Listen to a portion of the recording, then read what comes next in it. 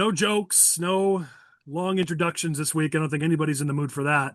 We've got some people here who have taken time out of their busy schedules, so I want to be sure we give them the proper introduction that they're due. Let me do that quickly, and then we'll get into why we're all here. We've got John Cabello. He's a state representative for the 90th District and also the Assistant House Minority Leader, police officer. You've worn a number of other hats. John, thanks for being here with us here this week. Yeah, thanks for having me. I look forward to some good discussion. We've got Mark Glennon, first time being on with us, the founder of Wirepoints, a source that we frequently use on this podcast. So thank you, Mark, for that. He's a lawyer and a businessman. Mark, thanks for joining us. Thanks for having me. As always, we've got course political experts Michael and Chris. I'm Collin. We're just going to roll, guys. Let's go. So the first topic we have today is obviously what's on all of our minds. Charlie Kirk, Arlington Heights native, leader of the conservative cause in the country, and we can give all sorts of other titles to, was murdered in front of our eyes yesterday. We're recording this on Thursday afternoon, so basically it happened almost exactly a day ago. I'm not going to pretend like any of us have processed all our emotions, but you can imagine we've got some pretty strong thoughts. I think the best way to go about this is to just let each person kind of give their initial thoughts. No debate, no discussion, no interruptions. And then we can really dive into it. I'm sure there's lots of angles we'll want to take, but I think each person probably just has something they want to get off their chest. Let's let our guests go first. John, as a sitting elected, we'll let you kind of kick us off on just your thoughts on this horrific, and horrendous situation. Well, what we try to make sure that our friends on the other side of the aisle understand is that murder is brutal. It is final for one person, lifetime of anguish for their family. And they don't seem to understand that we have folks out there that need to be in prison. We have folks out there that never need to get out of prison. And I hope once they find the person that pulled the trigger, that they, at the very least, will spend the rest of their life in prison. I would hope that they would go for a death penalty, but that I'm sure it's going to be federal charges, so we'll have to wait and see. I did not know him that well. I did get to meet him twice at different events, but that doesn't matter. What he did for the conservatives in our party is nothing short of amazing. I think the good thing is that now the folks that maybe didn't know him now and are watching a lot of his content. We just got to make sure that, like today, September 11th, yesterday, we should never forget. Yeah, and for those who are watching this, we release these on Friday. You might be watching over the weekend. We record on Thursday. So as John talks today, as we record, this is September 11th, and we don't know. I mean, by the time you watch this, hopefully they'll have caught the killer. So some of this certainly will be maybe a little outdated by the time our viewer, watches this. Mark, your initial thoughts before we really dive into stuff. Yeah, I don't claim to have known him well. I did meet him maybe 3 times and talked to him at some length back when he lived around here in Chicago. The most striking thing about him, I thought, besides being a very funny guy and a wonderfully warm guy, was how sincere he was. When you asked him a question, it was right off the bat. He spoke from his heart. There was no hedging and hawing about what the political thing to say was. That's what he did. He spoke from his heart. That's what he died for. Chris, Michael, one of you go go next. Oh, I can. I mean, I just think that, he started a movement and it was in our backyard, that he came from here. And there's I've been to a lot of turning point events, and I'm sorry. It's just been, a tough 24 hours. But I've been to a lot of turning point events, and you see the crowds and the people that are there that come from all over the country because they believed in what he was doing. And it's up to us to continue that legacy. And there's a lot of people that I consider to be some of my best friends that I met because of Turning Point. And I'm just appreciative of all he's done for our movement and our country. You're repping the shirt too. I love it. Chris, go ahead. I didn't know Charlie, nor will I claim to, nor will I claim that I agreed with everything he did or that his politics were mine. But at the end of the day, Charlie Kirk was one of us. He was a guy who started in Illinois Republican politics. Mark Kirk, Bruce Rauner, local candidates in Wheeling Township. He got his start here doing the same things that people across this state do every cycle. And the fact that he was able to build a national organization based on discussion and the promotion of conservative principles, and it came from here, is something that every conservative Republican in the state of Illinois can be proud of. And we're going to condemn violence and we're going to condemn everything. But the tragedy of all of this is that in addition to the loss of life, it's a loss for the Socratic seminar, for the marketplace of ideas, because that's what Charlie was all about. He was about talking to people, getting their perspective on things, engaging in dialogue with the other side, and reaching consensuses. And the fact that he was gunned down in cold blood and violence is the way that his life ended is appalling. And something needs to change in this country because of it. And I hope that we will get some type of justice for this, and that his voice will not end with his death, and we can build on that in Illinois and across the country, that the message that he had, even if we don't agree with every element of it, that the message of dialogue and communication and debate will live on in this country. They're here. So I do communications for a living, but I can tell you that I have not been able to get a hold of my emotions. So I don't have anything prepared. I spent a lot of time talking with my wife. I'm supposed to have something eloquent because this is what I do for a living, but we're all just still feeling this. I feel anger one moment, sadness the next. I see my little boy, and I think about those kids that aren't going to grow up with a father. We probably should have just waited to do the podcast. None of us are ready. I'm sure I'll be able to collect my thoughts and collect my emotions by the end of this topic, but honestly, I don't know where to take it. At the end of this podcast, I'm going to get in my car. I'm going to drive north to Wisconsin and spend all day tomorrow teaching a bunch of conservatives, campaign managers, Republicans, and I'm going to spend half the day teaching them that we should talk, that we should communicate, that that's how we do it.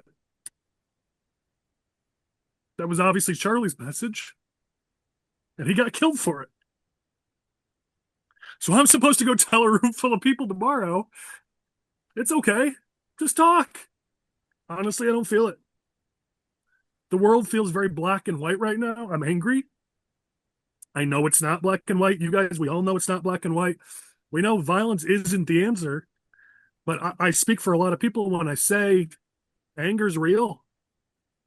Charlie was, by many accounts, the brightest light we have on our side of the aisle. Yes, Trump is president. Vance is VP. We've got a lot of great people in our party, but 31 years old, he was the future and in many ways the present of our party, and he's gone. It's going to be real hard to convince conservatives, Republicans around this country to just take it and move on. Violence is not the answer. John said it perfect. Chris said it perfect. But I know, again, tomorrow, there will be angry people in the room. What am I supposed to tell them? Like, I don't know. I'll stop. I don't know where to go with this. We all knew Charlie to some degree. I don't want to get into that sort of like, oh, I knew him from this, I knew him that. I knew him from the very beginning, from the SOS Liberty days. I went through all the old emails, the old text messages, the Orduck, he's a huge Oregon Ducks fan. That was his email back in the day. 23 for Jordan, I thought at least. This hits home. He grew up one town over. He worked for some of my campaigns. We were on the same side, on opposite side of some political fights, and he grew way beyond us, way beyond me. The dude is way more talented than I could ever hope to be. So we've all got a personal connection. That was one of the things I loved about Charlie was everyone had a photo. Everyone had a story. Everyone's met him even a couple times. You want to talk about the hardest working guy out there. At 31, it seems like he's met everyone in America, certainly everyone in Illinois on the Republican side. That alone is impressive. I want to get us going on a couple specific topics so I get out of my feelings here. Let's just start on this one. Charlie's entire brand was speech over violence. One of my favorite quotes that is making the rounds now from him was, when people stop talking, that's when you get violence. And that's what happened here. They didn't like what he was saying. They couldn't beat him in a debate, so they silenced him. This is rightfully so scaring a lot of us. I don't know if you just want to talk about, yes, this is scary, or maybe you've got sage advice on how we can avoid this going somewhere worse. But I think many of us are just very, very nervous now for what comes next. Where does this go? Because as I said, there's going to be a lot of people where it's going to be very hard for them to just say, okay, that was awful, but I'm going to de-escalate. There's a lot of people are going to be looking for their pound of flesh. This scares me a lot. Anybody have thoughts or maybe some positivity on that? Well, if you don't mind, I'll start by saying that, anger is one of the emotions that folks are going to go through. But we just have to remember that if we truly, truly want to make sure that this man is remembered the way he should be, we should live by what he was preaching, by saying no to the violence, no to the uncivilized way other people are. We need to be more vigilant. We need to make sure that we protect ourselves. We're not going to let them come in, and we can't allow this type of thing to happen again. But on the other hand, we don't want to tarnish all of the work that he's done, because yeah, we're going to have somebody out there do something stupid. We can't control that, but we can walk people through that anger. We can try to make sure that they understand that if you act out and you do something, it will tarnish, especially if they're somebody with, the higher ups in the Republican Party or any member of our party. They're going to come back and they're going to use that against his memory. So I think that's something that we've got to make sure to tell people, we don't want to be the persons that are tarnishing this man's legacy. That's almost selfish. John, that's a really good perspective. Thank you. A particularly troubling thing for me is the volume of people that you see on social media who are celebrating this and gleeful. I hope this gets quantified somehow or studied. It's not just a few cranks, nor is it the majority of liberals or Democrats, of course, but it's a lot of people, a lot. And that's been backed up by polls. So, Collin, as you probably know, national polls about people who think that political violence is now acceptable, particularly among young people. And that's terrifying. Yeah, I'm trying to pull up. We did a whole survey on this. Give me 1 second. Let me pull this up because we just tested it in Illinois last year. This is obviously before everything that we've seen. And I don't even remember. This was done in February. So this was before Trump's assassination attempt. But we asked people some of these questions, and we said, this isn't the numbers. We basically asked, here, let me get it because I want to get this right. We asked people, do you think things can get so bad that violence is the answer? Do you believe that you would have to fight to protect democracy? And in Illinois, 32% said yes. Only 40% said no, and 28% wouldn't even take a stand on that. 32 to 40. It should be zero. The somewhat agree, strongly agree should be zero.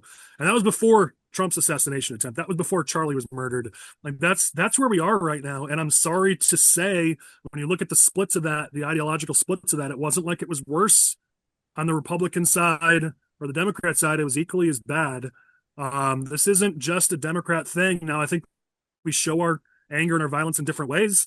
For instance, Republicans are conservatives. We are hurting big time now. We're not rioting. We're not burning down cities.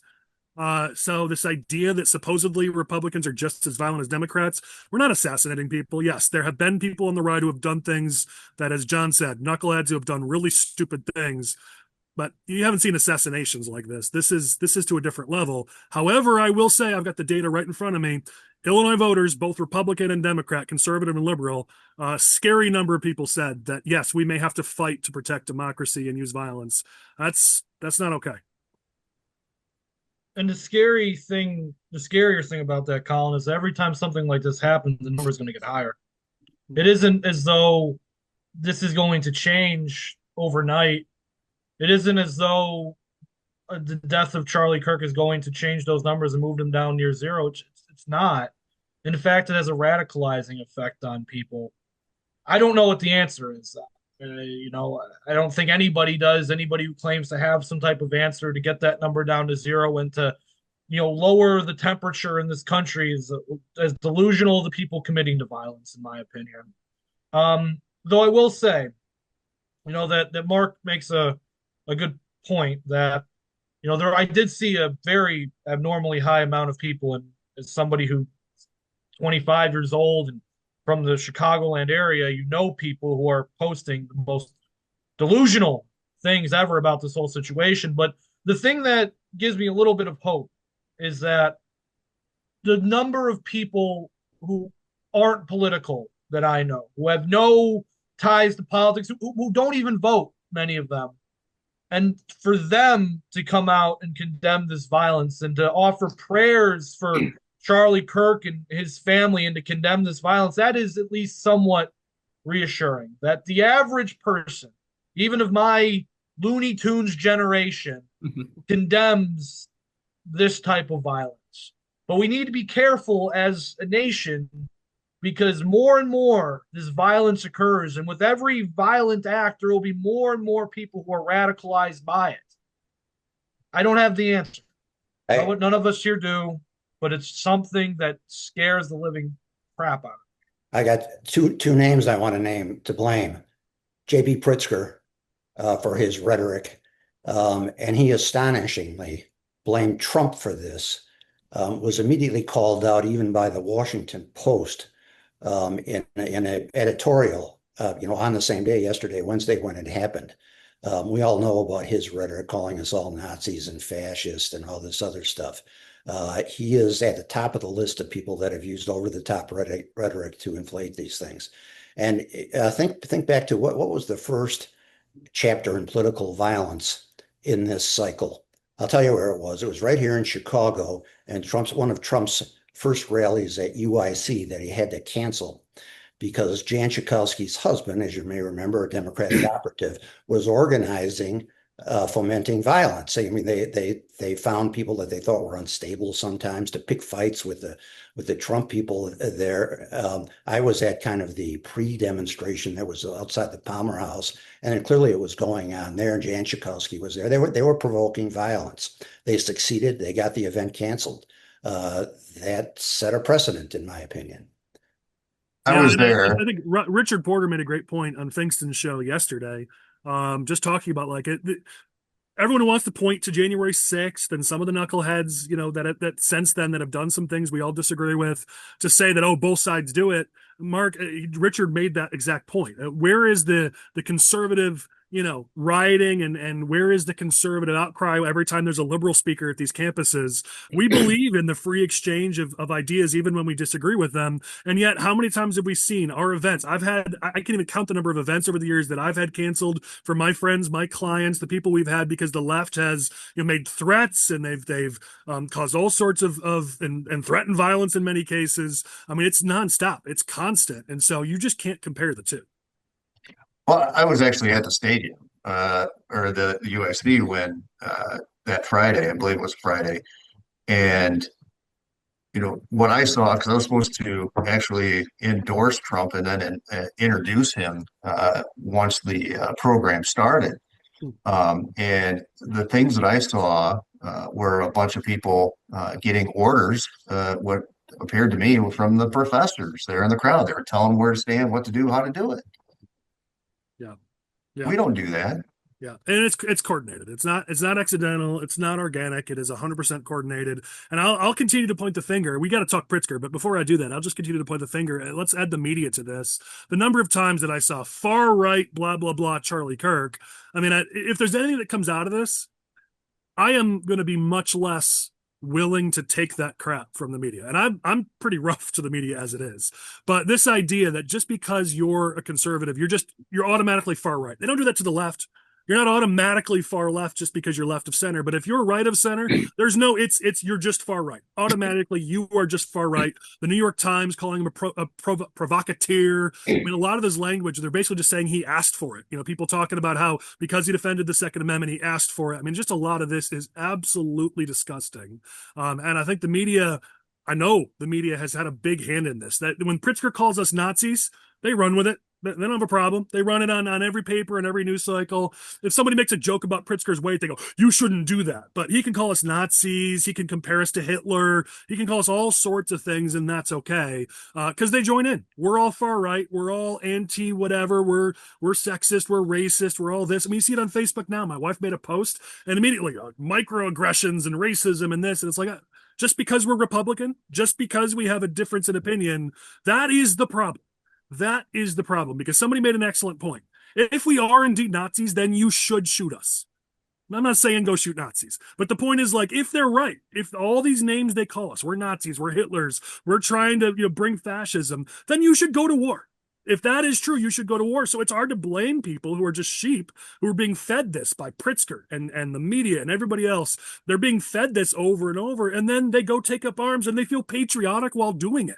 We have plenty of people, many of us, our brains are more fragile than we'd ever be willing to admit. COVID should have taught us that, how fragile our minds are as humans. And so when you pump this into their brains over and over, whether you're Pritzker or the media or anybody else, of course, this crap is going to happen.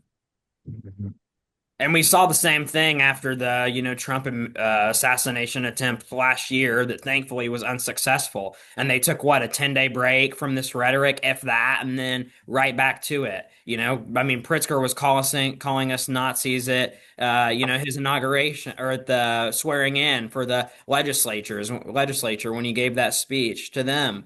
You'd think they would learn, but they're going to go right back to, that same rhetoric and then try to do you guys do it too. And it's like, it pales in comparison. Yeah, there's people on the Republican side or the conservative side that have done things that we've condemned and that we don't agree with.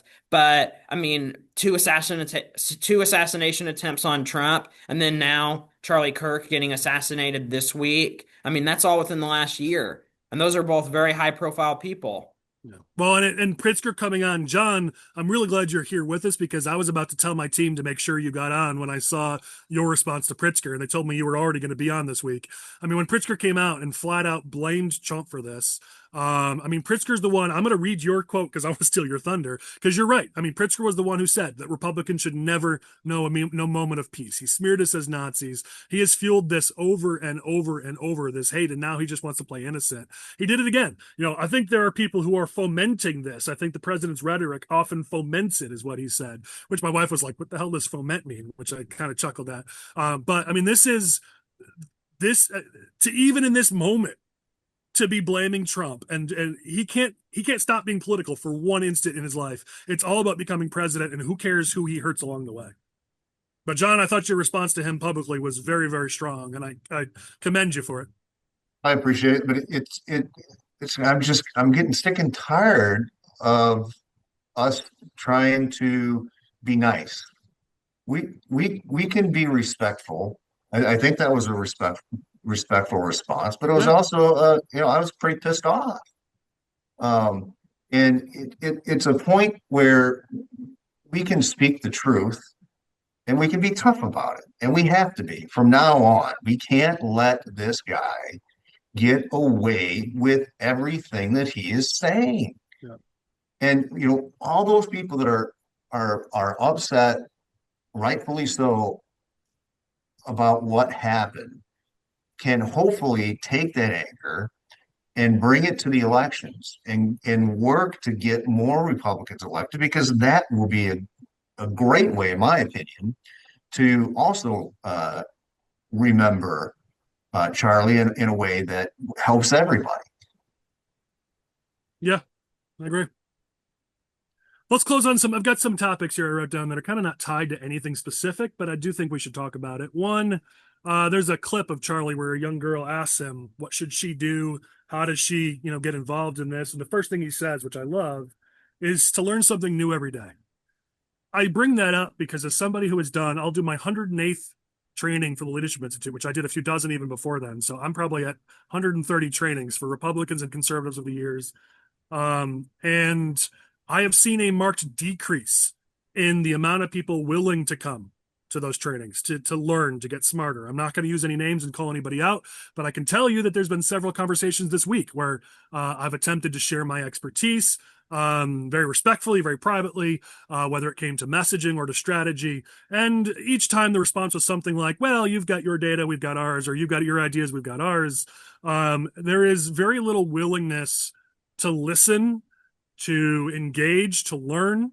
I'm not going to pretend like I've reached some level, massive level of success, but at 39, I've done pretty well. And I can tell you the reason why is because I listen to other people. I go to other people and say, please, I have this training tomorrow. There will be 6 trainers, including me. I'm going to sit in on all the other 5, even though this will be my 130th training, because every time I learn something that I bring back to my team and to my clients, please, if you're going to take any advice from Charlie, other than keep talking, don't go violent, this is the thing, especially to Illinois Republicans, this is the thing I really push you, please, to do. Listen to people. That's what Charlie did. I can tell you it because we were in opposition a number of times.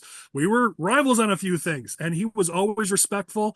I wish that I wasn't the young punk that I was and that he was, because I feel like we both missed out on what could have been a much better friendship, but he always listened respectfully. I listened to him. We learned from each other. Iron sharpened iron.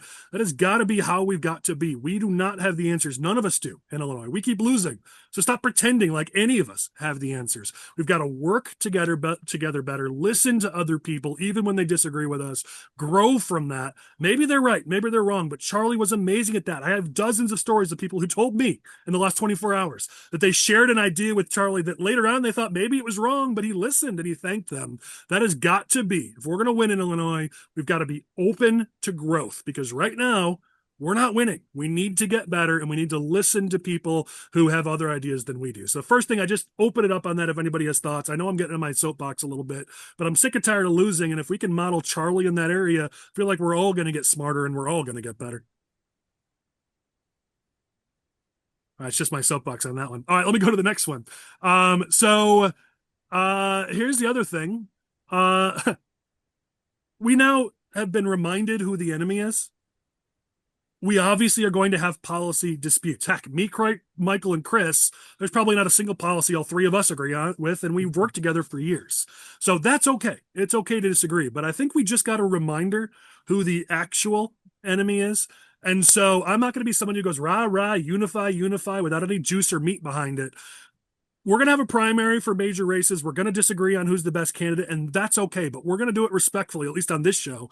And we're going to remember we're on the same team, because we're not enemies. Even if we disagree on something politically, even if we come from a different background or different idea. Think of all those people on social media who have, different ideas on how to fix the Republican Party than maybe I do. I'm going to be a hell of a lot better moving forward at being respectful of those ideas, because we are on the same team. I think we all just got reminded of that yesterday, that we know who the actual enemy is. Pritzker is clearly the enemy in this state. He has a hand in what just happened.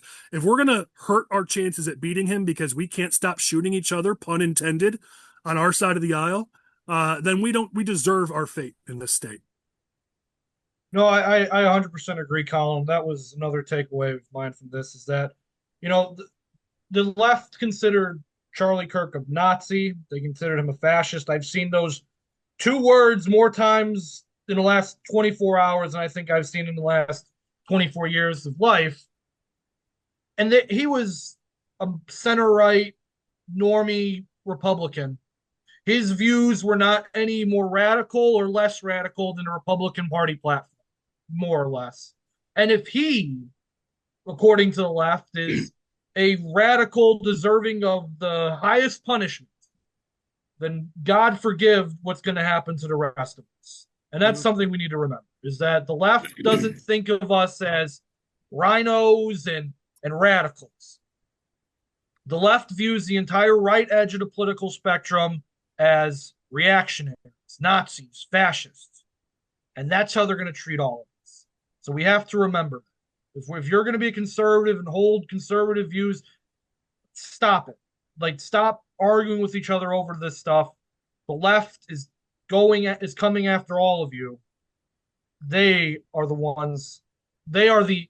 I don't like using the term enemy because I think that's too combative sometimes for Colin. But they're the ones coming for you, not the rhinos or the grassroots. Well, the one thing that really like aggravated me or disappointed me, like, a year ago when there was the Trump assassination attempt, and then this week with this one, is like I went to the social media pages of some of the Democrat state legislators to see if they had posted anything. No statement, no comment about the Trump assassination attempt when that happened last year in July. No comment whatsoever on the Charlie Kirk assassination that was unfortunately successful this week.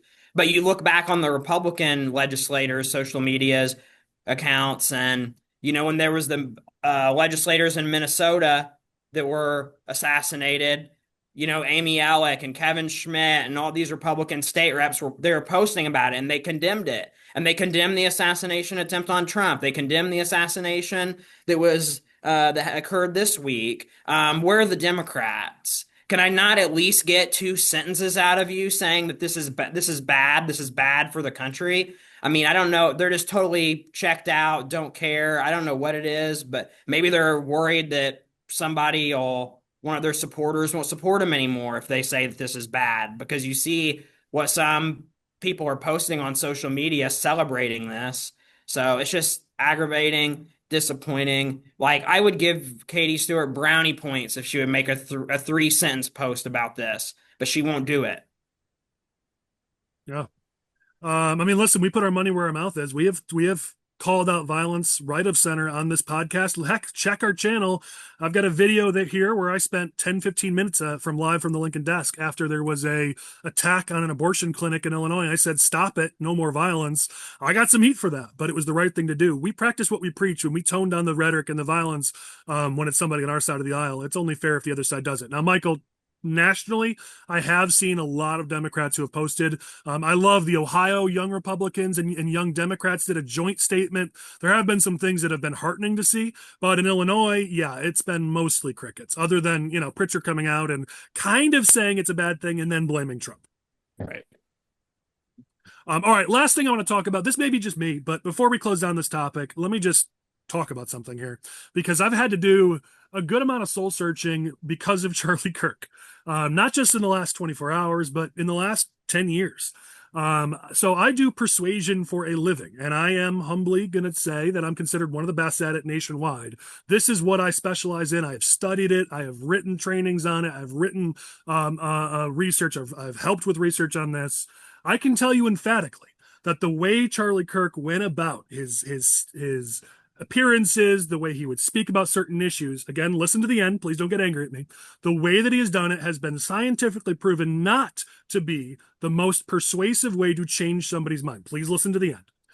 And yet, I've had to come to grips with it's worked. So is all this research just wrong? Is Charlie just smarter than all of us? Is he just a unique individual, just a once-in-a-generation mind, which is probably true? I've had to try to true those things up. And something that I and a few others have come to the realization, and I think it's important for us to know this, is that the strategy for changing somebody's mind when they've already have thoughts or opinions on something is the research that we put out, the training I'm going to do tomorrow. That is the best way to change somebody's mind, where you're not doing the gotcha, you're connecting with them, you're meeting them intuitively, you're talking to them through a lens of caring and fairness, and you're listening. There's a process to change somebody's mind when they already have an opinion. But what we've come to realize is Charlie figured something out that none of us knew. That when somebody hasn't made up their mind, Charlie's approach works incredibly. So whether it's young people who are still figuring out how they feel about life and about politics, whether it's people who are disengaged and have not been involved in the political process, people that Charlie Kirk and Donald Trump brought to politics in the last 10 years, that process of being fact-based, of being entertaining and interesting, and yes, sometimes gotcha, and yes, sometimes proving the other side is crazy by pointing out their logical and fallacies, that works. And so something that I've learned, that I'm trying to be humble here and say, something that I've learned from Charlie is that the methodology I use for persuasion is the way to do it when somebody has an opinion. That Overton window, that group of the public who is engaged and is involved and votes pretty regularly. Yes, the strategies I've deployed it works the best with this group. But where visionaries like Charlie and Trump and others have been able to change politics, which they have, is knowing that there's a way to reach people who haven't made up their minds yet, who aren't politically engaged. And that's where Charlie's methodology has worked very, very well. And so if you're a candidate, if your strategy is to reach people who maybe vote on a semi-regular basis and are slightly engaged, there's a way to do it. There's one way to reach them. But if you're trying to reach young kids, if you're trying to reach new people involved with the process, clearly there is a different way that works incredibly well. And we can all learn that from Charlie and his methodology. So it's something that I've learned from Charlie, and I wanted to bring that sort of humbly to the discussion of, like, if I'm going to ask other people to learn, I got to learn. And this is something I'm going to continue to dive into, because clearly something he's done here has worked. Young men, he's the tip of the spear to have moved young men over to the conservative side and to the Republican side. And at this point, the left being dumb enough to take him out, I think those young men are pretty solidified as conservative Republican voters for a very long time. And what Charlie did worked, and I'm personally going to make sure I learn from that. But what I don't want you to do, here's the ribbon on top that I forgot to add. What I don't want is this. I don't want to go into a room and have everyone go, well, Charlie did it, so I'm going to do it. Meaning, all the time I deal with lots of conservatives, lots of Republicans who just want to out-fact the other side. Mark, I've kind of dinged your guy, Ted, which we'll talk about the governor's race soon, where it's, bury people in facts and in information. The problem is we've seen that is not persuasive to most people. And so please, Republicans, please, conservatives, don't take the wrong lesson here that you could just go be Charlie Kirk and go to Oxford and just bury the other side in facts, because that doesn't change hearts and minds. Persuasive too. Yeah. No offense. Yeah. Yeah. Well, and I also think, that Charlie had a very specific goal, right? And that was to, expand the Republican base and target, individuals that were in that younger age bracket that were making up their minds. And he was definitely playing more of a long game. And if you're running for office, if you're running for state rep or Congress or statewide, you're playing the long game in the sense that, like, 16 months in politics is a very long time. But it's a lot of times a sprint, and you have to be nimble and figure it out.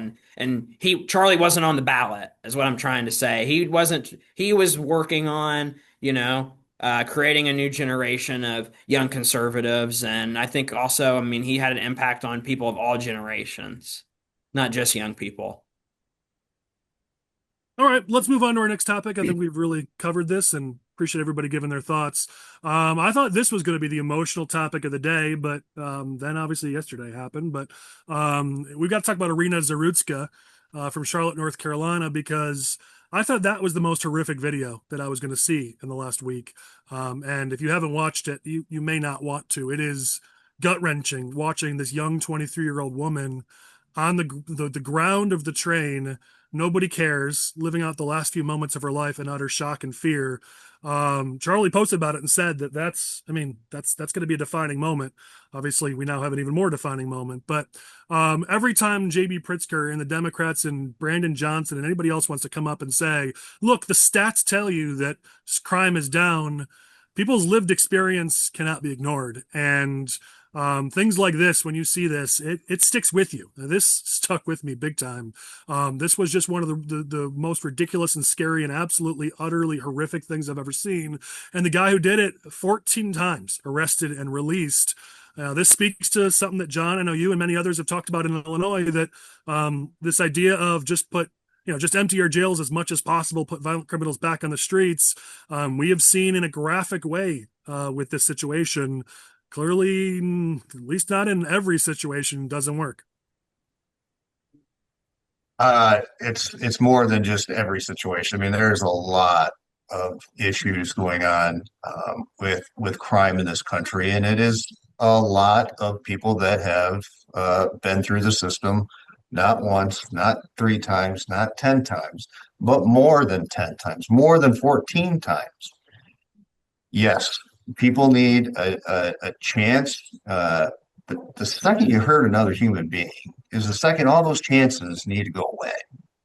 Because if you're going to hurt a human being once, you're going to hurt a human being again unless you correct the action, unless you give them tools to make sure that the problems that they are having are solved, to make them productive members of society once they come out.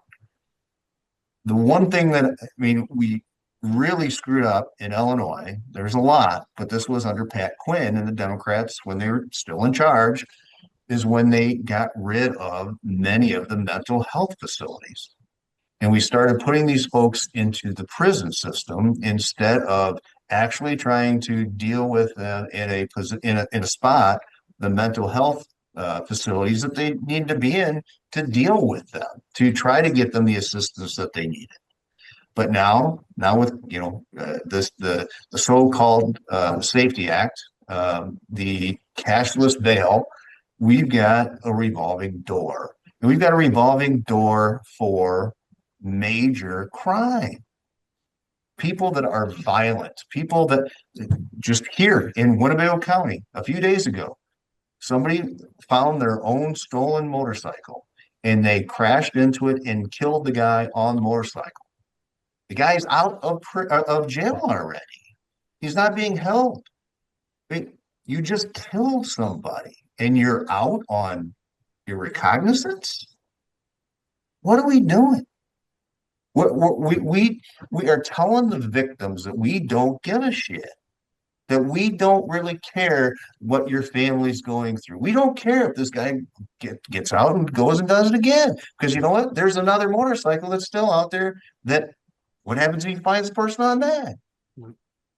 I mean, what we are doing is reckless. The Democrats are being absolutely positively reckless, and they have no feeling whatsoever for the victims and their families. And I can attest to that because when they try to say that, well, after 50 years old, you should be let out of prison, no matter if you killed somebody or not. Well, let's bring the victims in. Let's hear from the victims. They never bring in victims. I yell and scream about it in committee. I yell and scream about it on the House floor, but they never want to hear from the victims because they're cowards. They don't want to hear from these folks. They don't want to humanize these people. It's disgusting. And we've got a lot of work to do. And in my opinion, it's the Republicans that have the ideas to solve these problems. We just got to make sure that we get into a position to do it. Well, the public understands this too. This is one of so many topics, every major issue just about, where the Democrats and Pritzker do not represent what the public wants. The public was overwhelmingly against the Safety Act, which goes exactly to this issue of releasing people who are dangerous. And it's not turning out very well. The public was right about it. Pritzker and the Democrats were wrong. And that's if the public would simply get their preferences on the issues implemented in the candidates they elect, this would be an entirely different state because Pritzker has thumbed his nose at public opinion on issue after issue. Yeah, and Mark, I think you're right on that. And I would add to it, let's build on the Safety Act in terms of this problem because it isn't just one bill. It's a consistent stream of legislation and bills and that are proposed in or passed where it's reducing penalties. It's no longer prosecuting gun crimes. It's over and over. Like, yes, that we can talk about a piece of bad legislation passed back in 2021, and you're right to do so, both of you. But I think it's important for our audience to note this was not just a one-time thing from Illinois Democrats. This has been a consistent thing, session after session, year after year. John can tell you we've highlighted a lot of these really bad bills on this podcast where it's a consistent effort to be pro-criminal as opposed to being pro-victim and pro-justice. So this isn't a new thing for Illinois Democrats. And Colin, I mean, we actually have a working group, TIPS working group of Patrick Windhorst, Patrick Sheehan, TIPS Word, myself, with Jen Passwater as our staffer. And we've been bringing folks in because we know we're not going to get rid of the Safety Act. So what we're doing is we're putting bills, a package of bills together to show them, here, this will make the Safety Act better. They won't even look at it. No. I'm sorry, Chris. I didn't mean to cut you off. No, it's all good. Cut Chris off. It's fun. Come on now. You know more about these topics than I do, I'm sure. But to Colin's point is that it's not just legislation, it's a philosophy. It's a philosophy based around determinism that these people are not responsible for their actions because of racism or systemic class problems or just there is no God and therefore they're not responsible for action. It's just, it is a philosophy that these people have and it's leading them down the direction of, well, we can't prosecute this person for a crime because, well, if it wasn't for racism, they wouldn't have done it. So they didn't really, it's not their fault. But then you have these cases where you're dealing with delusional people who are apparently an increasing amount of the population every year who really are delusional, who need help, who need to be locked in asylums and things like that. And they won't do it because that's racist, or that's counterproductive to the philosophy.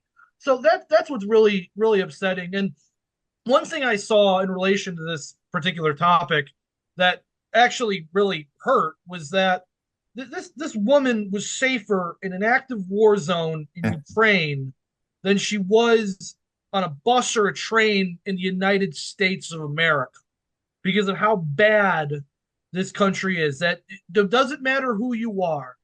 That if you're in the wrong place at the wrong time, when you're around someone who has these types of mental health problems and is a habitual criminal, you could lose your life for no reason other than that. And that is by far the saddest element of all of this. Yeah. Yeah, it's a solid take, Chris. And I think, by the way, we're all in the wrong here, according to Illinois Democrats. They're not criminals, they're justice impacted individuals. We got to say that right, guys. You hate to offend them, right? Yeah. Why don't they say that about Trump?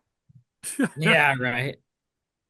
Michael, did you have something you want to add? Or you Yeah, I mean, it's just absurd. Arrested 14 times, released. Like, then this is the, final result. And we're seeing similar stories in the state of Illinois because of the Safety Act and some of the other policies that they've passed. And Yeah. I mean, I know we kind of like joked about it and called him Clown of the Week a few, 2 weeks ago or whenever that was. But you got Brandon Johnson going on MSNBC. They say, hey, do you need more law enforcement officers in the city of Chicago? And he says, no, we just need more affordable housing. Like, that's going to solve the problem. Like, these people they're not logical, or they're not operating in good faith. One of the two. Yeah, they're not serious people. They're not serious leaders. I mean, There's two things that I'd like to bring up real quick. Number one, we also need to think about the cowards that were on that train that didn't do a damn thing to help this lady. I mean, that is sickening.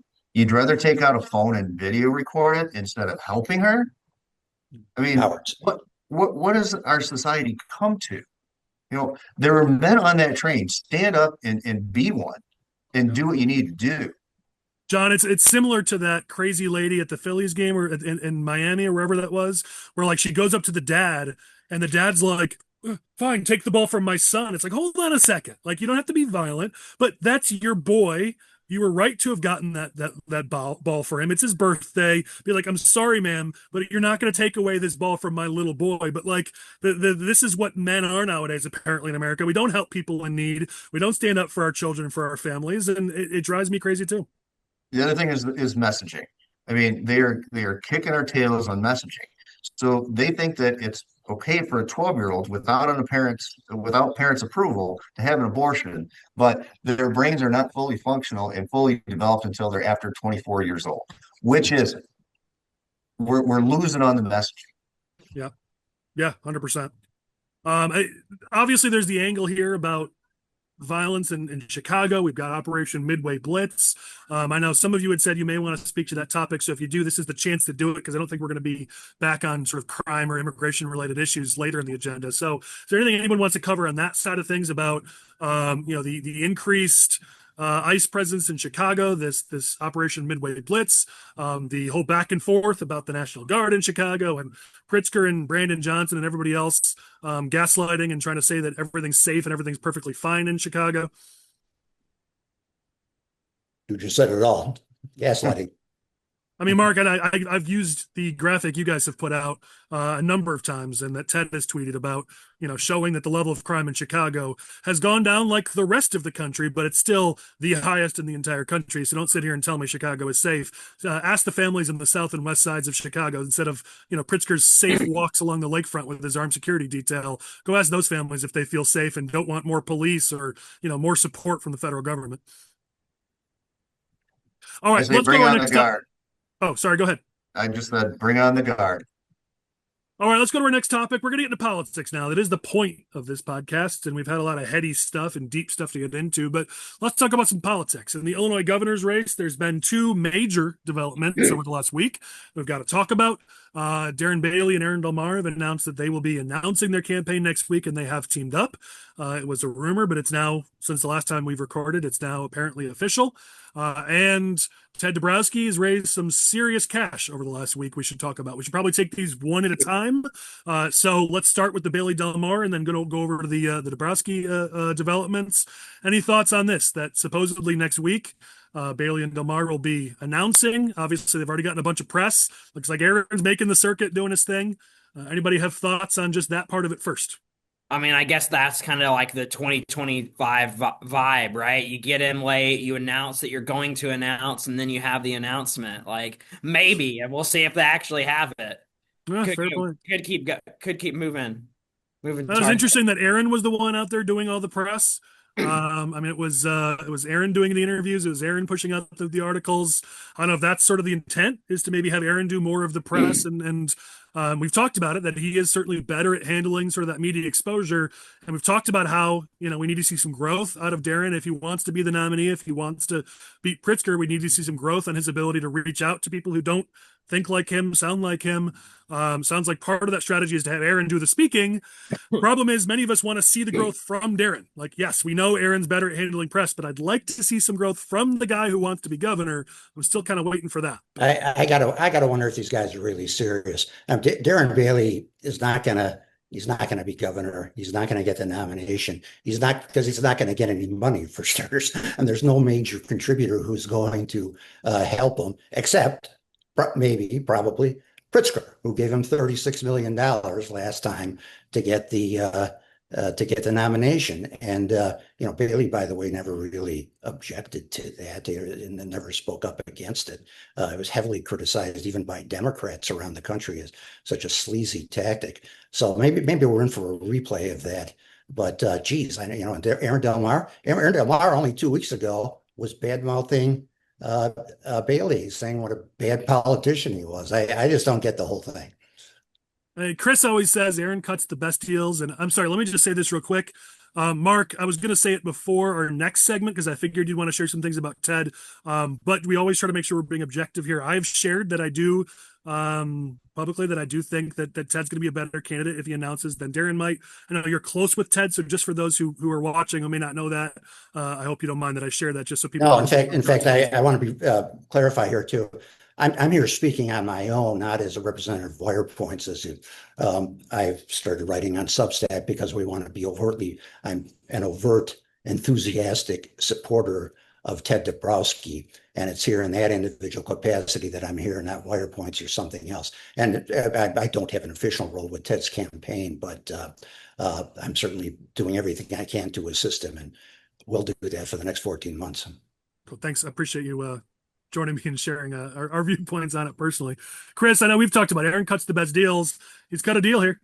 Look, no matter what you think about the Bailey Delmar ticket, no matter what you think this is going to do to the Republican Party or how stupid this might be, one thing that you cannot say is that, that this was not a genius political maneuver. It was a genius political maneuver.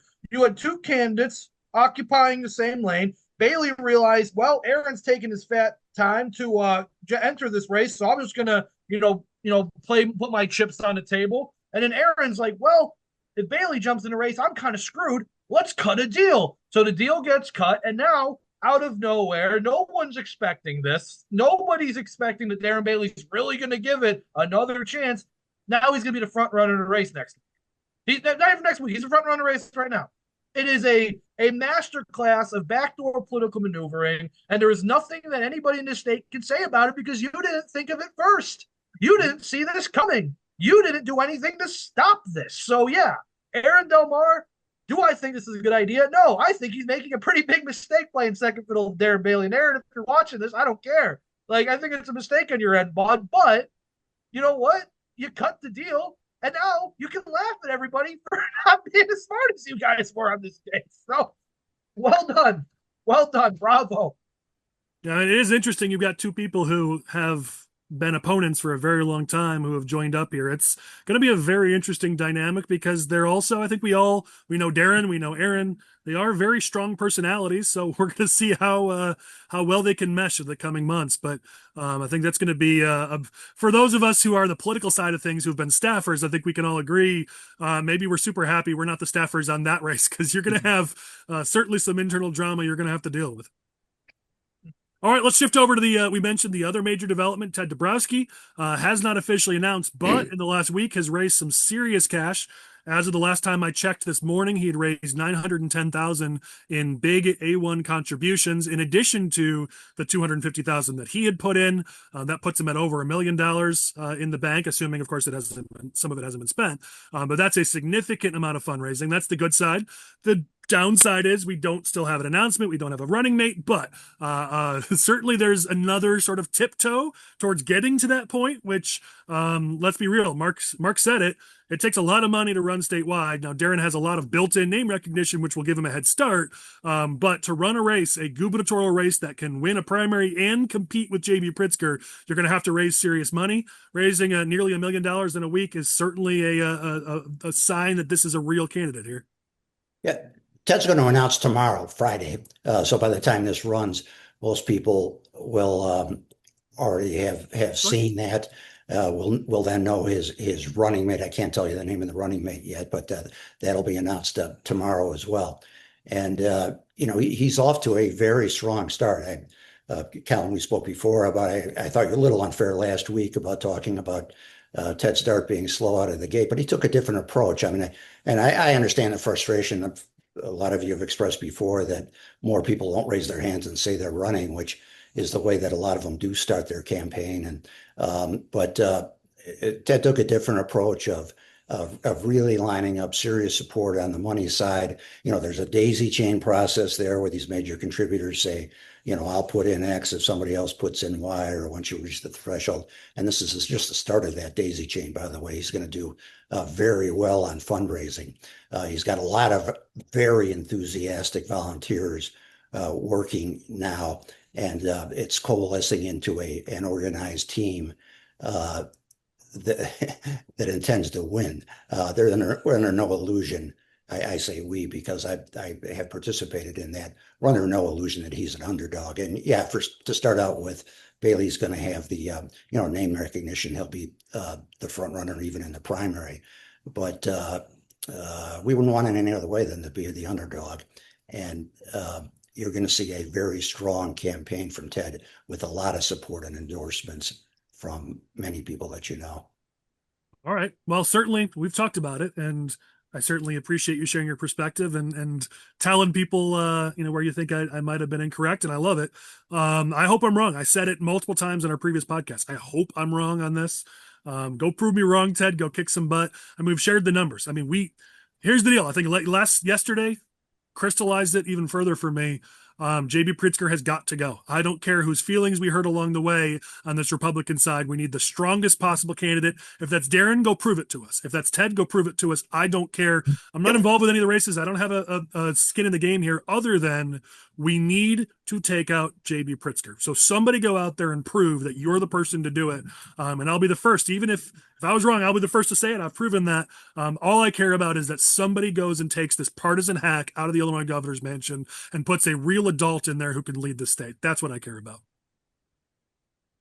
And that would be best for the Democratic Party too. I mean, the problem with America is the same problem with the Democrats, which is the new far left, which is radical. It's suicidal for the country. It's suicidal for the Democratic Party. Pritzker is trying to capitalize on that by being the head of that radical left, and stopping him here in Illinois would be doing a big favor for Illinois, for the country, and even for the Democratic Party. Right. Yeah. All right. Well, we won't speculate on Light Gov since we're going to look like idiots if everyone's watching this and they already know. I'll wonder, and maybe we can talk with this some other time, why announce on a Friday, which is dump out the news in the trash day. You don't ever really do major political stuff on a Friday, but maybe there's some wisdom to it that I'm not aware of. If we delayed it till next week, we'd get heat for that too. Yeah, fair. But I am happy that if you're right and people are watching this are like, hey, he just announced. Good. I'll be very happy about that. Let's get this race going. There's already been a little bit of back and forth, but clearly this is going to be a fight between Dabrowski and Bailey for the nomination. They're clearly the only two real candidates in this race. Once they both get into it, it's going to be fascinating, and we'll be here for the whole thing. What, no love for my boy Max Solomon? He's the front runner up until Darren Bailey was running. Well, there's one person on Facebook who seems to believe that, but that's about it. And you got Scott Gartner, the Antioch mayor, has been trying to put his name out there. I don't know. Maybe it's just because I'm so fatigued with this BS of like, well, maybe if everybody comes and begs me, I'll be the candidate to come save the Republican Party. Everybody needs to go tell him that everybody needs to go beg him to run for treasurer. I mean, his Facebook post was clearly professionally written. It was not like just thrown together on a late at night. So clearly there's a little bit of juice here. And you're right. We need a statewide candidate for treasurer. And not everybody has to run for governor here. We need 7 statewide candidates, and several of these slots are open. So it's not bad advice, Michael. And I think the voters want fighters, people that are going to take it to them, but actually win. So, I mean, we've got to have some pretty strong people, whoever it's going to be. We fight. I mean, that's what we've got to do. We've got to all pull together, push in the same direction, and fight like hell. Yeah. And I think especially Republican primary voters, even before what we just endured this week, would have all agreed with you, John. But at this point, we're going to want to see some fire out of these candidates, and whichever one shows they've got that and they've got the juice and the ability to take Pritzker toe to toe, that's going to put them in a significant advantage. All right, let's go to our next topic. A couple legislative race updates. They're actually both from the Democratic side, but they're worth talking about. In Senate District 18, Bill Cunningham is announced in a little bit of a surprise here that he's not going to be running again. If you guys remember from our special episode where we talked about the various districts, we had 18 as a cut district, but only until Cunningham retired. There's a number of signs that that district is starting to trend our way, not the least of which is that Cunningham has tried to play a bit like a moderate. Trump only lost the district by 8 points. There is definitely a trend in that district. It's not red by any stretch. It's probably not even purple yet, but there are underlying signs that that district could start to head our direction. And with Bill Cunningham retiring, that certainly opens up the seat to maybe see some more of that movement. I know Republicans have tried to recruit in that district. There's been some back and forth, some candidates attacking each other. Right now, I think the only official announced candidate is Christine McGovern, who's made a handful of runs for office in the past. If she ends up being the candidate, this is her chance to show us she's for real. 18 is, again, a district that is ripe for improvement. Maybe not a win, but improvement to show some of that progress we're making. And if you do better in 18, that has benefits up and down the ticket for other Republicans. So we need to run the best possible campaign we can here. And with Bill Cunningham vacating, there's a chance for that. Chris, any thoughts on it? So Bill Cunningham has been one of the more moderate members of the Senate. Like he actually has been. He's been very, very pro-police because he represents Mount Greenwood, and you can't represent Mount Greenwood without being pro-police. So the FOP likes him. He's voted no on some abortion legislation, which is interesting. He was actually, it was weird. There was an interview in the Beverly Review between him and Christine McGovern, who ran against him 4 years ago, and like his position on abortion seemed to be to the right of hers. It was very strange the way the interview was structured. So he's been a moderate candidate, a moderate representative, at least as moderate as you're going to get in the Democratic Party nowadays. And his anointed successor is going to be Fran Hurley, who was a state representative in the same region from Mount Greenwood, who basically fits the same political mold. She's pro-police and has a moderate record on abortion. So that typically is the record of this district. Now, this is also a district where, there are some progressive areas. Like Beverly is not that, moderate. It isn't. And as you get to like Palos Park, it's a little bit more wealthier. Orland Park, a little wealthier. So it's a little bit more liberal. We're going to see what happens. I bet $5 that there's an Arab candidate who runs in this primary because it also includes a lot of Arab areas in the southwest suburbs.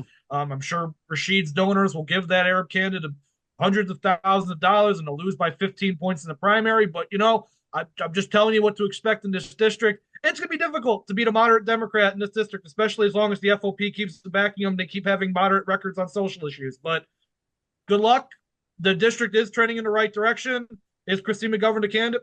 Probably not, but I agree, Colin. The Republicans have to play in areas like this. if they want any chance of relevancy and actually holding on to the white working class. Yeah. All right. One other district we'll talk about here is Senate District 33. It appears the Senate Democrats have their candidate that they want. They are backing a woman by the name of Michelle Clark in that district. And she's heavily involved in like the Dundee Township Boys and Girls Club, with the local food pantry. She's the owner of an early childhood learning center. Definitely that mold that Democrats tend to look for. And in this district could be, if she matches her record on paper, could be formidable. So we'll have to see how this comes out. We've talked about in the past, 33 under DeWitte played like an R3 because Don DeWitte was so beloved. Without him, it's going to play more like a D3.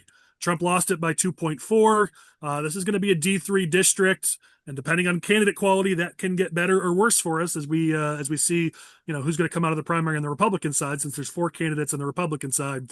33 is a big race for a number of reasons. Not only, of course, do we need to hold that seat, but you've got big races like Curran and Hills and Seth Lewis and others that need to hold on to their seats. The more resources we've got to spend in 33, the less resources there's going to be in some of these other races. And by the way, we'd like to pick up some seats. Halpin is vulnerable, and Turner down in Springfield is vulnerable. We'd love to pick up some seats in the Senate. And so we need to have a strong candidate in 33 to take on Clark and hold on to the seat for Republicans. All right, I know it's more towards my region, so I figured I'd have most of the thoughts on that one. So we will carry on here. Let's talk about the big, beautiful bill. I know all of us have talked. John talked earlier about our need to be better at messaging. I know Mark with Wirepoints has spent countless hours trying to help Republicans be better at that. The White House has recently been meeting with House Republicans, trying to push them to message the big, beautiful bill better. There's a whole write-up on this nationally that if you want to dig into is worth reading into. But in essence, they're trying to get the Senate or House and Senate Republicans to message this more as tax cuts for working families. We've spent too much time probably in this podcast trying to help Illinois Republicans message this better. And there's a reason for that, because we've all struggled with it. And nationally, Republicans have struggled with it. There's this sentiment that's even shared in this article, which I think is from the Hill, but I didn't say where it was from. But there's a sentiment by a few people in the article that, don't worry, once all this stuff kicks in, we'll get credit for it. And it's like, no. That was the mistake we made in the first set of Trump tax cuts that cost people like Peter Roskam and others their seats. You can't just sit there and hope the economy gets better and voters give us credit for it. You have to connect the dots for them. And it looks like the White House is actively going to be working to make sure that happens in the upcoming midterm. So I'm happy to see there's this effort. This is tax cuts for working families. That's absolutely what this is. Elimination of tax on tips, on overtime, an increase to the child tax credit, the employer child care tax credit. There are huge things here that help working families, and yet we've let the media and the Democrats own the narrative. So kudos to the White House on this. I really hope the House and Senate Republicans take it and run with it. We all have got to do a better job presenting the big, beautiful bill in a way that voters understand what's actually in it, because they're being lied to and they're believing the lie. So we've got to get better at it. I too am absolutely delighted by that, and we have been losing the messaging on that. It's not entirely messaging. There were some things in a big, beautiful bill that I wasn't crazy about personally. The increase in the salt cap, for example, and the Republicans really have to start paying attention to this affordability issue. That's one thing that I'll give credit to Mandami for. The only thing I'll give him credit for is he picked the right word for this. It's affordability. The economy is just, even for people that play by the rules, people are just having trouble making ends meet. And I think they could have done a better job on the substance of the bill. They definitely could do a better job on the communication of it. A lot of it too is in dispute about it. The Republicans say that the $1 trillion in cuts to Medicaid, for example, will be covered by the changes in work requirements and eliminating fraud. There's reasonable opinions on both sides. I think we'll have to wait and see on that. So it's a very difficult bill to sort out in its entirety, but they got to get on the communication on it fast. Yeah, I mean, I talked to some of my friends in DC over the last however many months about this as it was being built, let alone rolled out. And overwhelmingly, the response I got back was, don't worry about it. When people see how good the economy is, they'll love us and they'll vote for us. And it drove me crazy. So I'm glad to see there's some movement here. Now they actually got to do it, but this sentiment that, come next November, we're all going to be rich and everything's going to be fine. You can't just assume that's going to happen, nor can you assume that the voters will give you credit for it if it does happen. Agreed. And, there was a Moody's report out, didn't get much attention last week, that showed several states that may already be in recession already, and Illinois is one of them. There are troubling numbers in the national economic numbers. Yeah. And actually, and in this next section, there's a few of those we'll talk about, and have a feeling I'll lean on your expertise a little bit when we get there. Any other thoughts on the bill before we get to our second to last section of the podcast? All right, let's go to our news you can use section. We go a little quicker through this, though there's no restrictions. If you guys have thoughts on any of these brought up, please share them. We love hearing from you. But the point of this section is to equip our audience with the things they need to be aware of, things in the news or developments that they may or may not have seen that they should be talking about. Let's start here. We have covered this over and over, and John, I know this drives you up a wall. J.B. Pritzker, the supposed great administrator who's running a great Illinois, according to his biggest backers and mouthpieces. We have yet another example, because it seems like we have an example every freaking week of how that is absolutely not the case. And this latest example is that the Department of Corrections, it's been revealed by WGN, hasn't monitored recidivism since 2022. They blame it on a computer programming issue, which our guy Abe, our data wizard, could tell you if you've got a programming issue, he usually can fix those over the weekend. So if you've got a programming issue that you haven't been able to solve in 3.5, 4 years, that's probably because you like that programming issue and you don't want that data getting out. It is kind of ironic that, a lot of very heavy bills were passed that changed the criminal justice system in Illinois, passed in 2021, started going into effect in 2022 into 2023, and suddenly the Pritzker administration is refusing to let us all know if they're even working or not. And that's the problem here. We don't know. We have no data, because the state of Illinois is refusing to let us know what the recidivism rate is in Illinois. I have a feeling that if you actually want a data-driven solution to the crime problem in Illinois, you maybe want some data. John, am I crazy? No, not at all. But Pritzker's motto is pretty much, if you don't count failure, it doesn't exist. Right. I mean, that's his motto. So I can tell you by seeing it firsthand, now working for a sheriff's department that runs a jail that has over 700 people in it every day, it's a revolving door. And it's a revolving door for the same people, for the same types of crimes, except for those that are graduating to the next serious crime. So he doesn't want to show the failures. Neither do any of the other Democrats, especially the ones that voted for the Criminal Safety Act, because that's all it's protecting is the criminals. Yeah. And we always, John, this drives me crazy. Conservatives are so balanced.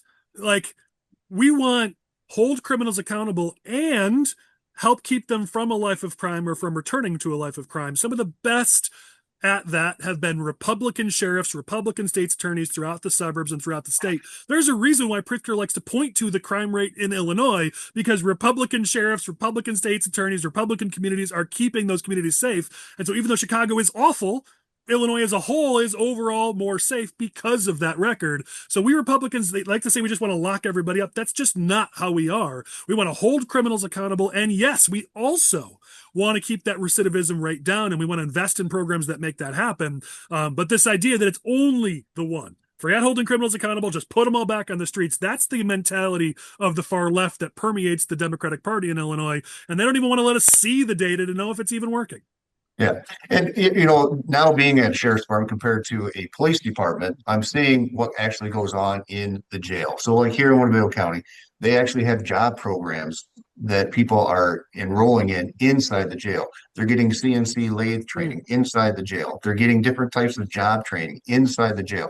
You've got to give people the tools to make themselves more presentable in public for that job that they're looking for. You got to make sure that they have some sort of a training for it so that they can become productive members of society.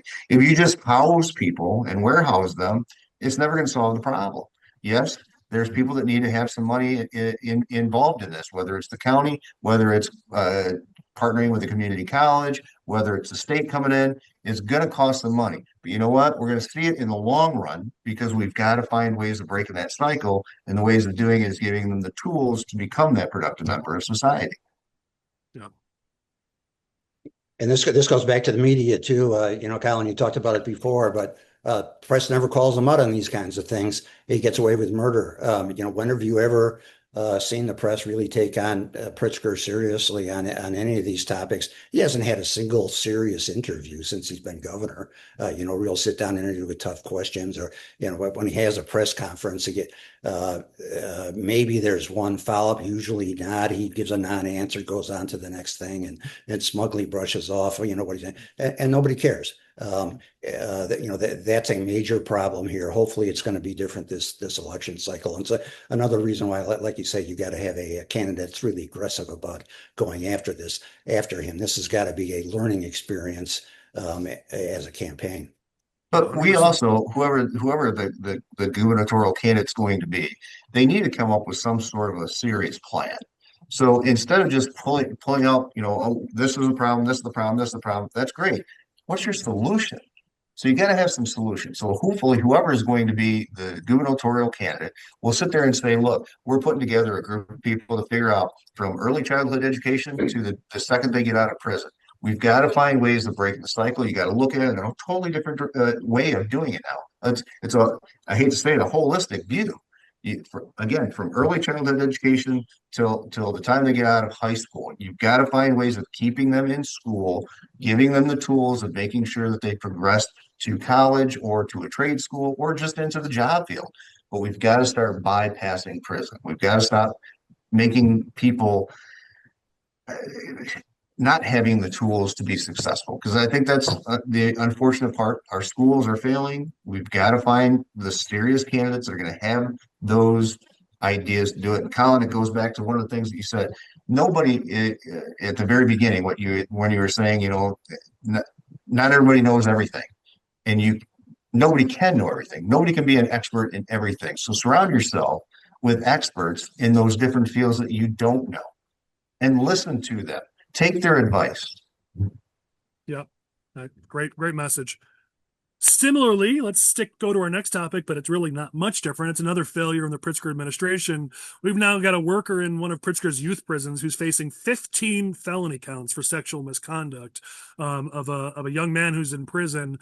This just adds on to the lawsuit that's still growing right now of the over 900 young people in Illinois youth prisons who were sexually abused, or at least have claimed they were sexually abused.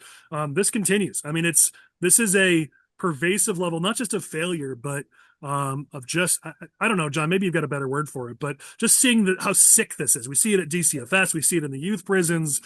This idea that supposedly this behavior is okay, so it's fine. It seems to be pervasive in Illinois. Am I crazy? You seem to ask that question a lot. You're crazy. No, you're not. I mean, these are the questions that need to be answered.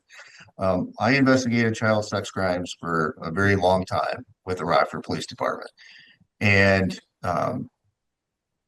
it's disgusting, absolutely disgusting. How do you solve the problem? I don't know.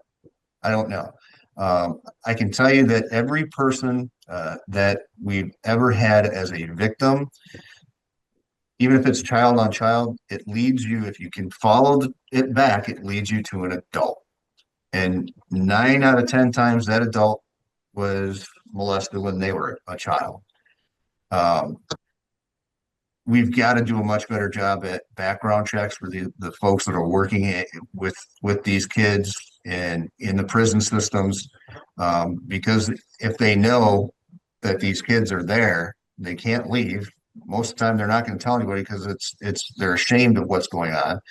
The cycle again is something that we've got to find a way of breaking, but they don't want kids in these types of facilities anymore. So that we're actively going towards that, where even if you have a kid that's 13 years or under that does murder somebody, they're not going to have a place to go because the Dems want to get rid of these places, and they're using this as tools to make sure that people get so upset and disgusted by what's going on to further their. I mean, so we've known about this for a long time. We've discussed it in committees for a long time, but the Democrats have never acted upon trying to find a solution. These are the most vulnerable. These are our kids. Yeah. These are the absolute most vulnerable. And there is no excuse for it. Put politics aside, put, whatever, my tax policy versus your tax policy aside, whether it's DCFS or youth prisons, these are kids. These are our most vulnerable population. And as you said, we have known about these problems for years. Pritzker has known about the problems at DCFS since he ran for office. We have done nothing. We've done nothing about the problem in the youth prisons. We talk and talk and talk. Meanwhile, between one meeting and the next, another kid gets sexually abused, another kid dies at DCFS, and then we go talk about it again. Like, at a certain point, shouldn't that be more important than somebody's presidential ambitions? 100%, and especially when you're polling at 2%.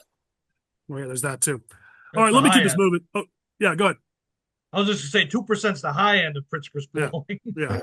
Let's go to this next one. John mentioned it. I know you guys have covered this at Wirepoints.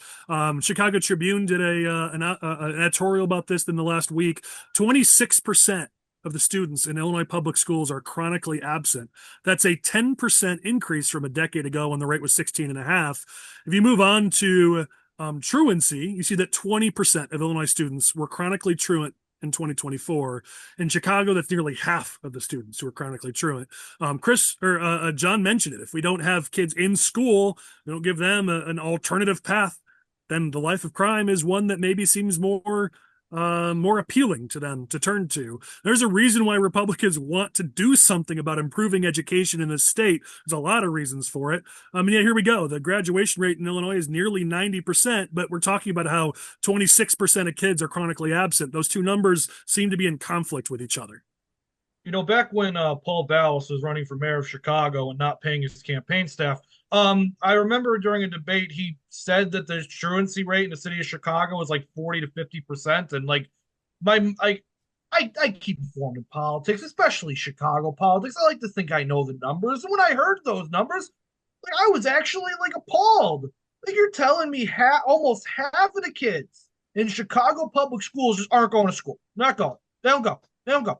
And they're still moving up grade levels. They might even be graduating. Collin says the graduation rate is actually higher than the rate of people who are going to school. And it's just appalling to me. What is it? And every year, the Chicago Public Schools and the Chicago Teachers Union, they ask for more money. Oh, please, state of Illinois, we're a broke city. We can't afford to pay the 50% pay increase for teachers. Oh no! But what's this going to? This is going to a 40% truancy rate, which I guarantee once you get down to the minutiae of these very low income areas is probably much higher than 40% a truancy rate in some of these schools. So what's this money actually going to? So we're going to talk in the next topic. Oh, Collin's got a good one for this next topic, folks. So I usually don't like these news you can use because Collin kind of goes on and on about stuff no one cares about, but we got a double whammy here for you. We got a double whammy here for you with the education. Man, I'm taking hits from everybody here. I put my heart and soul into these podcasts. Come on now. All right, let's go to the. Oh, go ahead, Mark. You got to talk about this. Go ahead. Yeah, the good news here is the public has woken up to these bad numbers in the school systems generally, and I got to say that's thanks largely to Ted's work at Wirepoints. One of the lines that Ted uses is that you may not know me, but you know my numbers, and people are paying attention to this now. And yeah, $31,000 per student in Chicago schools, and then Brandon Johnson says he wants the state still owes them another $1 billion for that or something. That's just crazy. This is going to be, you can be sure Ted's going to be talking about it, and I hope everybody does. Hey, they're cooking the books. They are absolutely positively cooking. I think those numbers are way low. But the schools get more money for the amount of students that are in the seats. So somebody needs to really do some sort of a fact-finding mission on who's telling the truth and who's not, because I think those books are being cooked. Interesting. So it might be higher, actually.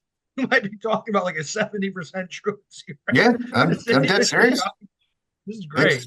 Well, Chris already hinted at it. We've got another topic here, one that's politically juicy, which we rarely have in this section, which is why Chris usually just goes to sleep in this section because he's all politics all the time. That's what I pay him for. Right. But Brandon Johnson has gone after Pritzker, and the Springfield Democrats says they're not standing up for working people. He's made a fairly solid point, which is we have the governor's office, we have supermajorities in the House and the Senate, yet I can't get you guys to do anything that we'd like you to do. Now, many of us will agree with the fact that what Brandon Johnson wants to do is fiscally ridiculous. However, his point is we're all from the same party. Why can't I get you guys to help me out? And he says you guys aren't standing up for working people or for poor people. Chris, what's your take on this? This is the definition of being right for the wrong reasons. Because Brandon Johnson, he's crying poor because after decades of mismanagement in the city of Chicago by better mayors and terrible mayor and less bad and more bad mayors, those are words, I suppose.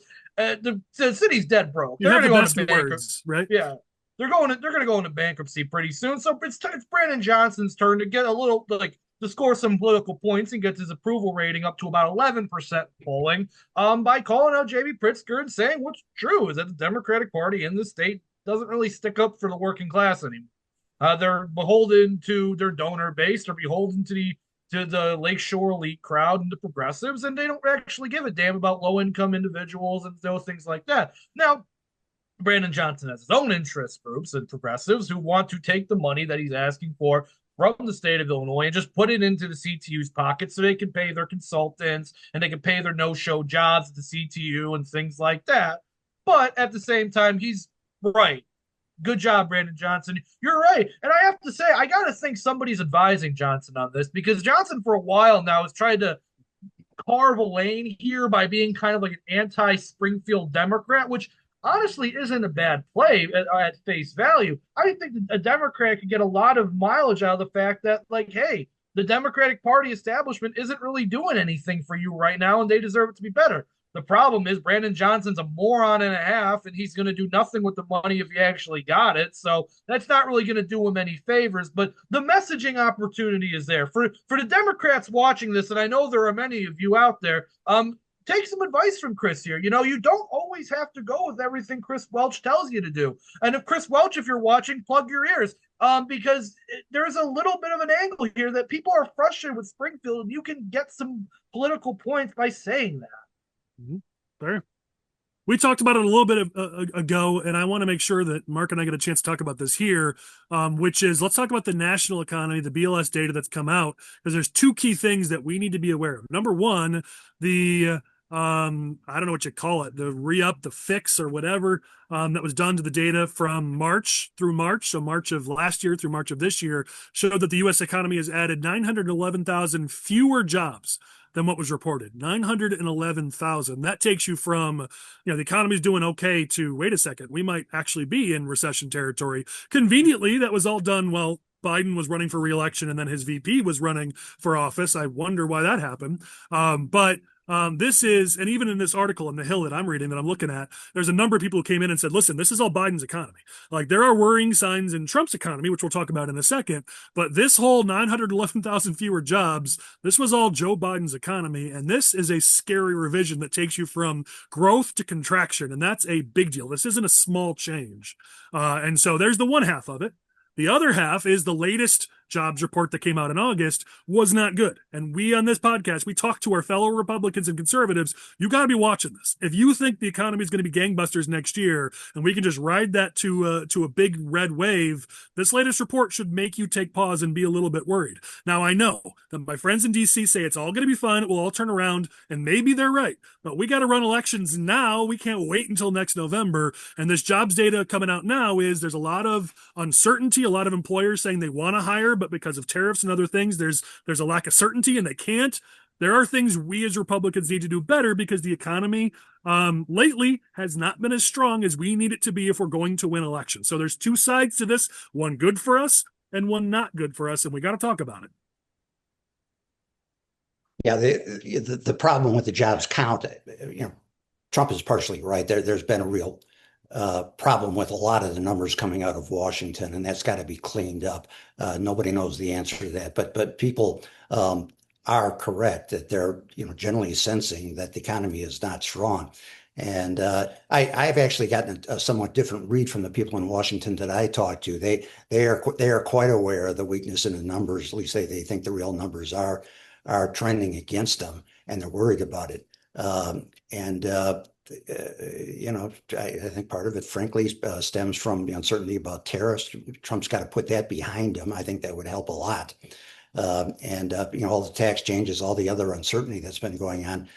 Those kinds of disruptions are very hurtful too. That'll get behind us. I hope the economy picks up, but who knows? Recessions are very difficult things to predict, and I'm not going to do it.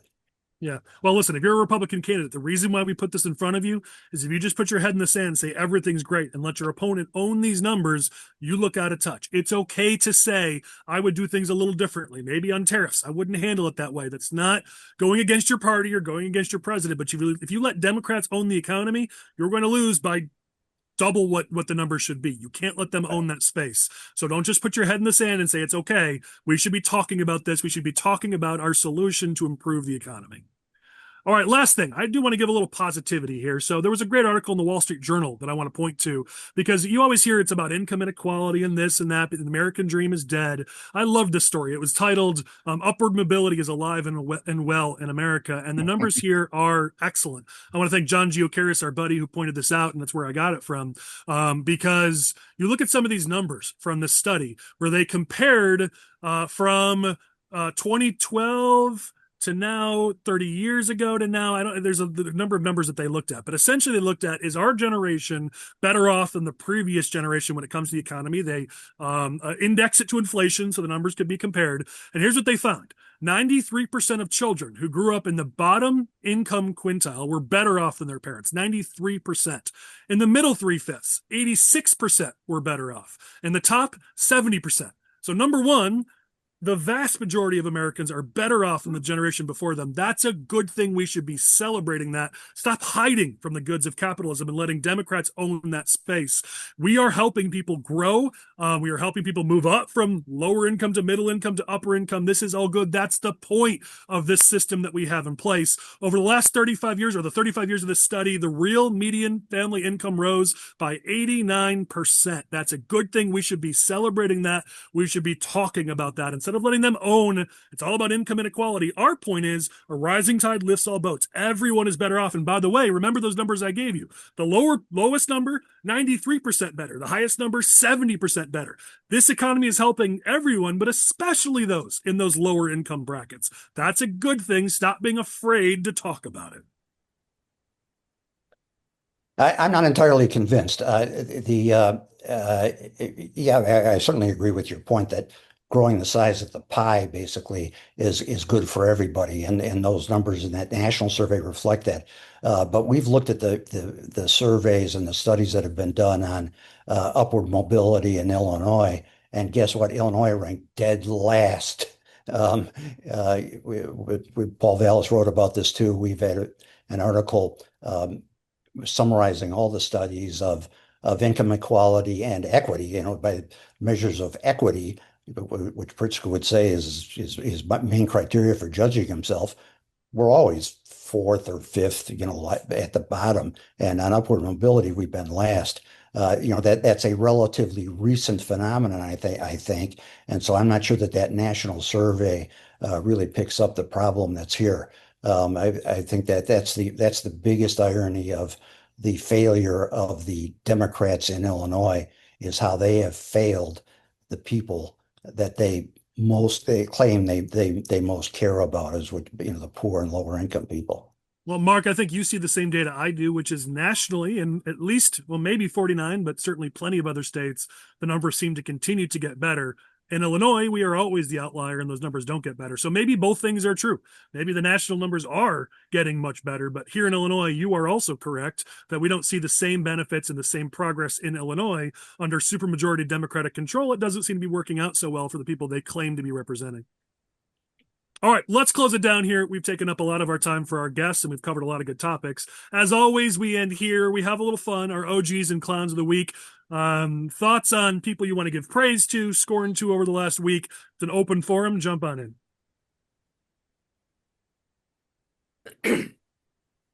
I mean, Somebody jump in. I have to give an OG of the week to Charlie Kirk just for all that he's done for our movement and our country, and then I have to give a clown of the week to kind of a large group. Well, I mean, hopefully not large, but a significant number of people on cable news and on social media that were celebrating or saying that he deserved it and things of that nature. They're major clowns.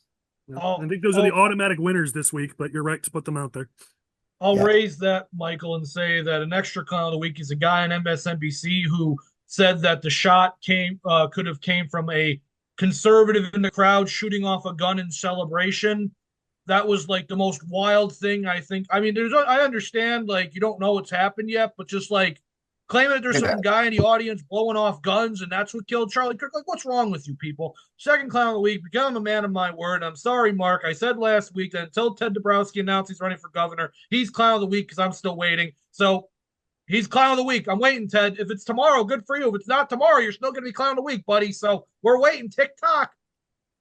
My answer to that is my clown of the week, which is Pritzker. I think, we've been tied up with these organizational things in the campaign. I don't think we really lost a week. Pritzker's been out there making a fool of himself on the national stage, I think, and including within the Democratic. They got to be. Most Democrats have to be cringing at the things that he's been saying, particularly that comment about Charlie Kirk, and I think he's on the wrong side of the crime issue in Chicago. And the potential using, even David Axelrod said, top Democratic strategist said, the correct answer for Pritzker should be, yes, we'd love to take whatever help you can offer us. Pritzker won't even do that. And he's the clown of the week. Yeah, you're right. My OG is the rank and file police officers in Illinois who keep showing up to work, even though the politicians handcuff them. I've got several clowns, but I'm just going to say any lawmaker who thinks releasing violent offenders over and over and over again is reform. Okay. I don't think anybody would disagree with you on the podcast. All right, everybody get yours in. Everyone's happy. I just have one this week. I'm easy this week, but it's sort of a multi-point. It's you guys have said it. It's Pritzker. It's everybody who has shown their true colors with the assassination of Charlie Kirk. I'll also take it a little bit further. I understand that this was at an event and it wasn't, these people weren't planning on standing next to Pritzker as he said this, but if you saw in the video, as he's standing there at McCormick Place, saying that Charlie Kirk, that this is Donald Trump's fault. Behind him is Mark Denzler from IMA and David Boulay from IMAC. And they're right there as Pritzker blames Trump for Kirk's assassination. They got to put out some sort of retraction. I mean, they should have just walked away. They should have stepped out, said, hey, listen, you talk about this. This isn't our thing. You're there to represent manufacturers, but this is kind of the problem. A lot of these groups are so in Pritzker's pocket, they'll stand next to him no matter what he says. And listen, this is your moment to show a little bit of daylight and say, ooh, yeah, we don't necessarily agree with those statements because you were standing right next to him when he said it, and that is not a good look. All right, with that, let's go to our closing thoughts. We'll let our guests finish off for the week. Chris, you got to go last next time, so go ahead and go first on this one.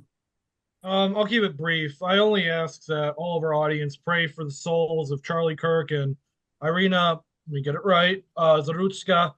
Please pray for their souls. Please pray for their family.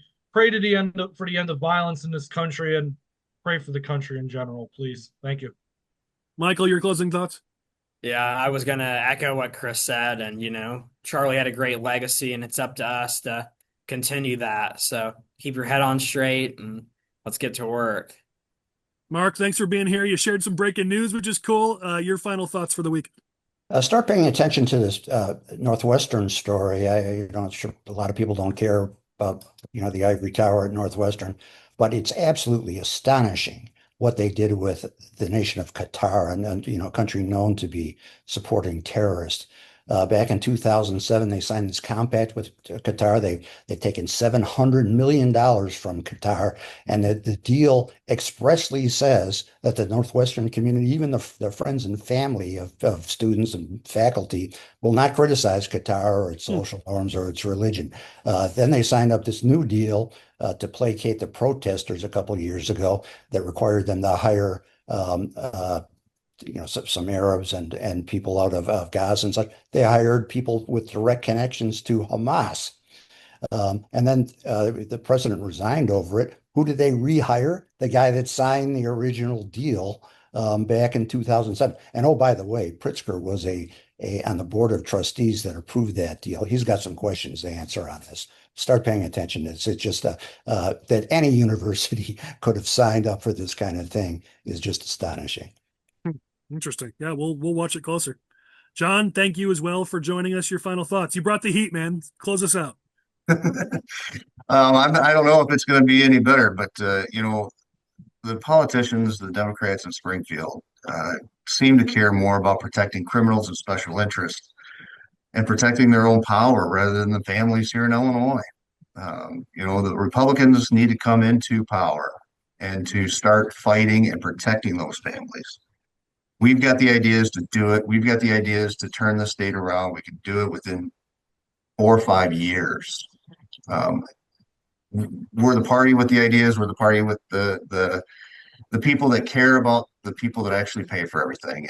And let's get behind whoever it is once the primaries are over and all push in the same direction. Yep, agreed. Come on, buddy. All right, I got to do this. I got to cheat. Come here. All right, here we go. Oh, This is my little right. dino. My final thought is this. There are 2 young kids, including one just about Teddy's age, who are going to grow up without a father because we couldn't just talk out our differences. Look at this face. You're going to make him grow up without a dad because you don't like what I have to say or what people like me have to say. Talk out your differences. I'm going to close with one of Charlie's thoughts. When people stop talking, that's when you get violence. Little boys like this should not pay the price because you couldn't talk out your differences. We're better than this as a country. We're better than this as a people. And if you don't believe it, look at my cute little dino. Do it for him if you won't do it for me. With that, we'll close it down. Thank you for being with us in the smoke-filled room. We'll catch you guys next week. Amen. Thank you.